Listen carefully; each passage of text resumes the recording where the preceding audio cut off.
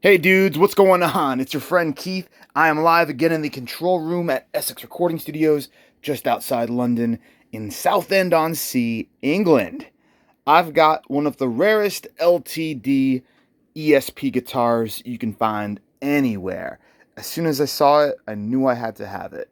If you're new to the channel, click like, smash the subscribe button, come join our family of friends. You're going to see the coolest guitars from all around the world and a lot more.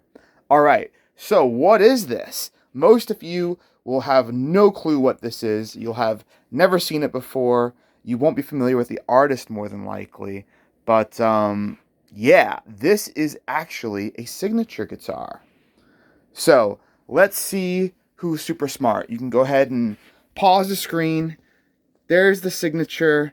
No cheating. Post in the comments who you think it is, what band you think it is. All right, there's the signature up close. All right, now you can unpause and I'll make the big reveal. This is actually I'm gonna butcher his name because my Finnish is terrible, despite the fact that I've been there many times. It's Roope Latvala, the guitarist from Children of Bodom, the other guitarist. He's in several other bands, and he was in one of the first huge Finnish metal bands ever. Sinirgy and Stone. Those are the two different bands that he's, I believe, still currently in, as Children of Bodom are no more. But yes, this is his signature guitar, and I'm gonna, I hope I don't lose any friends here, but I think this is cooler than Alexi Laiho's signature guitar. First of all, I'm a huge fan of the Charvel Star body shape, which this is derived from, kind of a half Randy Rhoads offset flying V with a Gibson Explorer. I guess that's how you arrive at this body shape. That's the best way I can put it. So love the body shape. It's just timeless. It sticks out like crazy. It looks amazing on stage. The inlays, I think, are super cool, and they are opposing cross inlays in, looks like mother of pearl or pearloid, all the way up and down the fretboard. Fretboard's got a little bit of gunk. You can tell this has just been sitting. You've got RL, so that's his initial 600. I don't think they ever made an ESP full-blown Japanese signature series of this guitar. As far as I'm aware, this is the highest level one ever made. Correct me if I'm wrong in the comments, guys. I'd love to know, because if they have made one, I gotta hunt it down. I have to have it. This has a lot of vintage and modern vibes. So the body style, to me, vintage, kind of 80s. And you have the vintage binding, the off-white binding around the whole body, which is super cool. But then you've got this ultra-modern gunmetal Floyd Rose.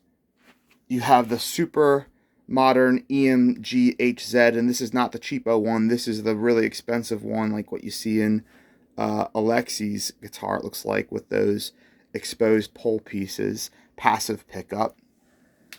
And then a beautiful ebony fretboard with binding and just killer custom inlays. And then a reverse headstock. All right, reverse headstocks should be mandatory as far as I'm concerned. I love them.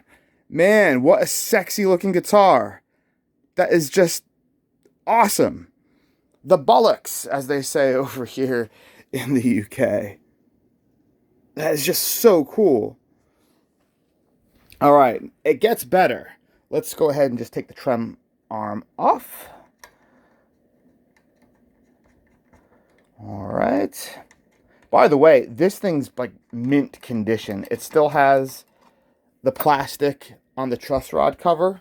You got the bullet style truss rod cover there. You can see it still has the plastic on it, which is nuts. And then when we flip this over, still has the plastic on the back control cover, which, by the way, is recessed and flush with the body. How cool is that? That's like super, super pro. Rear trem plate is absent.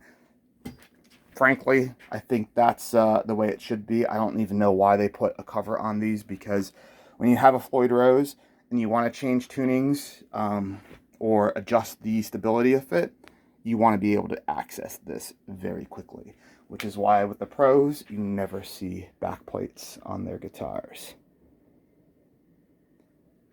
Beautiful neck-through design. You've got a 3-piece maple neck that just looks super expensive and luxurious and just premium. Look at the grain. And a nice kind of low-key satin finish along it. Got the ESP logo. And then, again, matching gunmetal, smoked gray Grover tuners. And this is made in the top factory ESP has outside of Japan. Super expensive to build guitars there and rarely seen these days. Everything's shifted off to Indonesia. But you can see 2008. Wow, look at the serial number. 100004 is like the fourth thing. It looks like it's the fourth guitar made in 2008 based on that serial number, which is kind of crazy. Yeah, this is just awesome. I mean, in today's money, I don't know what they would charge for this, because it's just got like every top end option and feature. The 600 series is the highest top quality for signatures. The 600 and the 1000 are both interchangeable.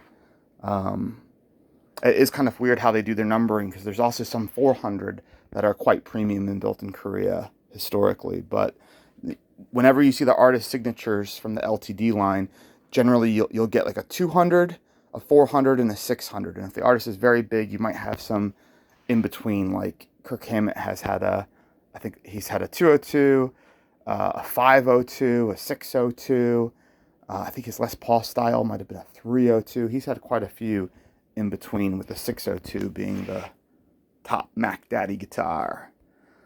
But yeah, how cool is this?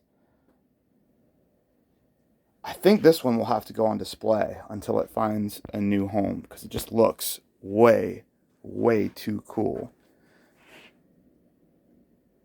Yeah, let me know if you're fans of Children of Bodom. If you've ever seen them live, we had a guitar that was actually used. They broke a world record, or Alexi did. He had this huge event in Helsinki where he had, I think it was like 1,000 guitarists all play the same song or the same solo. It broke a Guinness Book of World Records, and we had an ESP signature Gibson BFG Bullseye guitar that was signed by him that was used to play at that event, which was nuts. But I'm a huge fan of all of those guys and the band and Finland. I saw Children of Bodom in Tampere, where they were presented a gold, I think it was a gold record from their label. And it must have been, I'm going to guess and say it was about 2015, maybe? 2014? Yeah, maybe 2014. That was really cool. We drank a lot of beer. Yeah. Finnish guys, man, they know how to drink beer, and they know how to party, that's for sure. The whole country is just awesome, and they love metal. When you're driving through Europe, you just hear the worst stuff on the radio stations. And then as you get further and further north, you get better rock, metal, and better radio in general. And it's just epic. I think it's radio rock is what they have in Finland. So cool. All right, guys. I think you've got a great idea of what the Roope Latvala signature model, super rare, looks like up close and in person, as if you were holding it in your very own hands.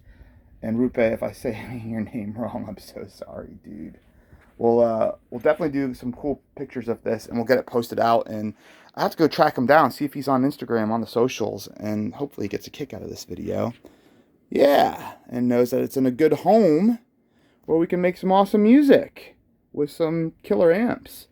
If you guys want to buy this guitar, I will make it available on the Essex Recording Studios website. and on Reverb.com. Our great friends Reverb. We love those guys. So look out there shortly, and you will see this one up for sale. Cool, guys. I will catch you all later. Stick around. We got a lot more videos coming up very soon. Thanks for subscribing. Follow us on all the socials. It's at Essex Recording Studios. Instagram, Twitter, all that jazz. Later, dudes.